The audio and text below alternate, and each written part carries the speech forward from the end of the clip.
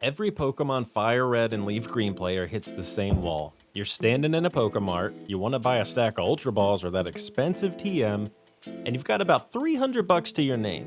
So today I'm going to go through the entire game gym by gym and show you the single best legit way to make money at every single stage. No glitches, no cheats, no Nugget Bridge exploit, just clean, repeatable cash. And then at the very end, I'll show you the post-game method that prints more money than anything else in the game. Let's get into it.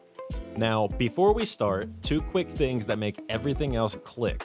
First, the prize money formula. Every trainer class has a hidden base number, and your payout is that number times the level of the last Pokemon they send out. That's why a high-level trainer from a rich class pays out way more than a swarm of low-level bug catchers.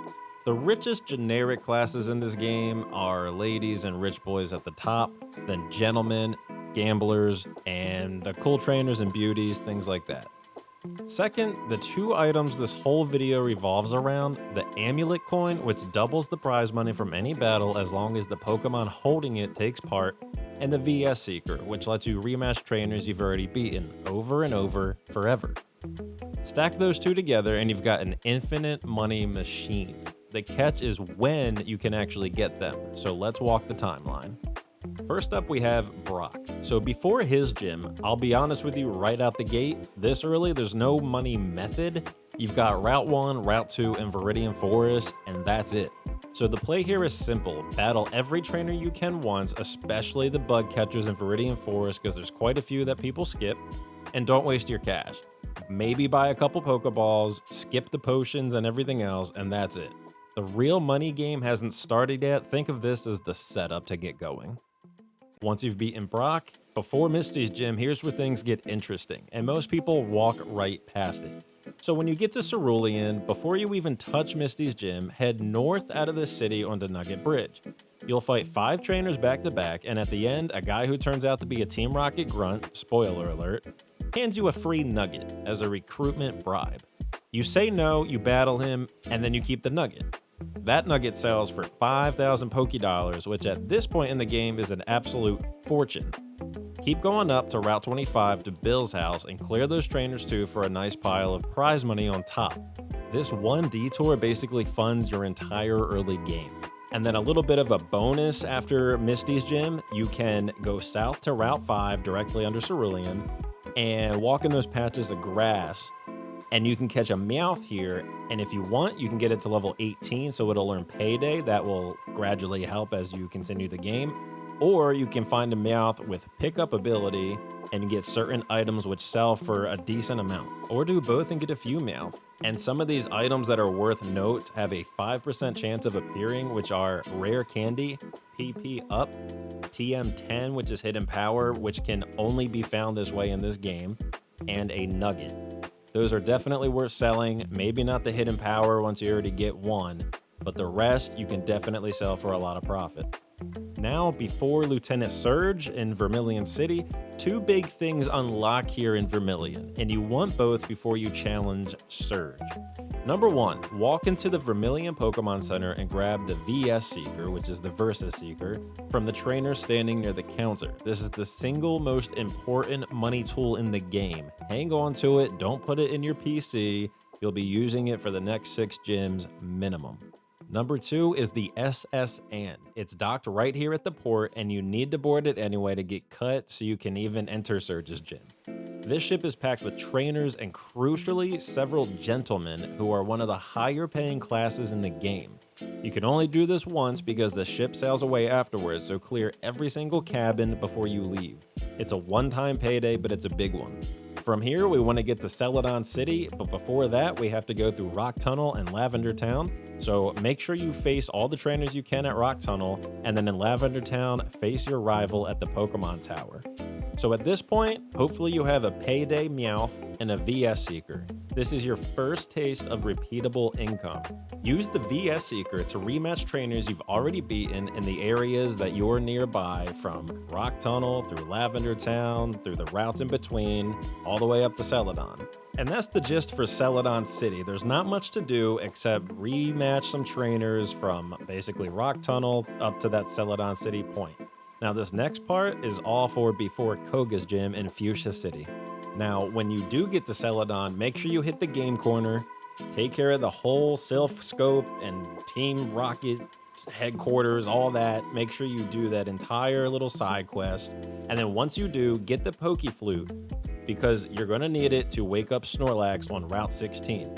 That Snorlax is the one thing quite literally blocking your way from getting the Amulet Coin.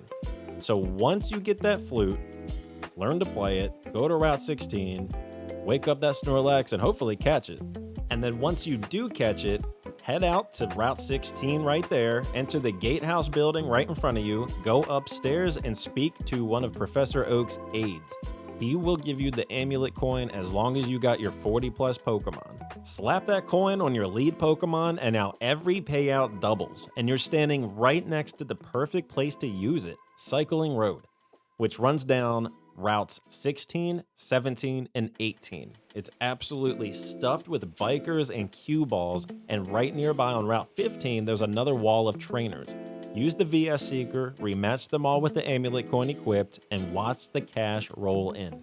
This is your first genuinely fast, repeatable farm. Also, grab the EXP share from Oak's Aid on Route 15 once you get 50 Pokedex entries, since you'll be leveling here anyway. Next, for Saffron City and Sabrina, it's kind of the same thing that we did with Celadon City. You're kind of just going to be using the VS Seeker with a Meowth and Payday and Amulet Coin, and just kind of doing that at the same Cycling Road plays at the bikers north of Cycling Road itself. So keep doing that for Saffron City and Sabrina. For the kind of levels that we'll encounter at Cinnabar Island before Blaine's Gym, it's kind of the same rinse and repeat strategy. VS Seeker north of Cycling Road where all the bikers are. Basically do a lap, cash out, heal, repeat, and then sell any nuggets or rare candies or anything like that that your Meowth or team of Meowth have been picking up along the way. Can you take a wild guess at what strategy we're going to use next for Gym 8 in Viridian City and Giovanni? Can you? I'll give you a hint. It has to do with the VS Seeker and Amulet Coin and hopefully Payday if you're doing the Meow strategy. All right, so once you beat the Elite Four, now you unlocked the best money method in all of FireRed and LeafGreen. It requires the post-game Sevi Island, so you'll need to have beaten the Elite Four, of course, and have at least 60 Pokemon entries in the Pokedex to get the National Dex and the Rainbow Pass. Head to Resort Gorgeous on 5 Island, right outside Lady Selfie's house. There are 2 lady trainers here that absolutely stack your wallet, Lady Jackie and Lady Jillian.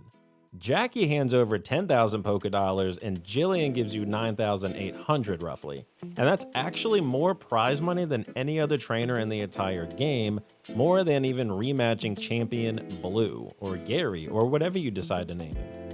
Their teams are super weak, so you'll blow through these battles in seconds. Now here's where it gets crazy. With the Amulet Coin on your lead Pokemon, that prize money doubles as we know. So you're walking away with up to 20,000 bucks per battle. And thanks to the VS Seeker, you can rematch these two over and over infinitely. Quick heads up, there's a painter nearby as well who's also in VS Seeker range, but I recommend just skipping her. She only gives a measly 800 Pokedollars. And 2 bonus tips to squeeze even more out of it. 1, Lady Jillian's Flaffy is always holding a nugget, so bring a Pokemon that knows Thief and you can swipe a $5,000 nugget every single time. And both her Mareep and both of Jackie's Pokemon hold Stardust you can grab too. Number 2, if you want to change of pace, you can also rematch the Elite Four and Champion at the Pokemon League for big one-off payouts, but nothing really beats Resort Gorgeous for pure efficiency. So there it is, the best legit moneymaker at every single stage of FireRed and LeafGreen, from a broke boy trainer in Viridian Forest all the way to printing 20 grand a battle in the post-game. The short version? Grab that free nugget before Misty, pick up the VS Seeker in Vermilion, get the Amulet Coin, make sure you have a couple Meowth with Payday, and the second you move that Snorlax, once you beat the game, get through all that, Resort Gorgeous is your money printer. If this helped you out, drop a like and let me know down in the comments which method you didn't know about, don't like doing, or maybe learn something new. Thanks for watching, I'll catch you in the next one.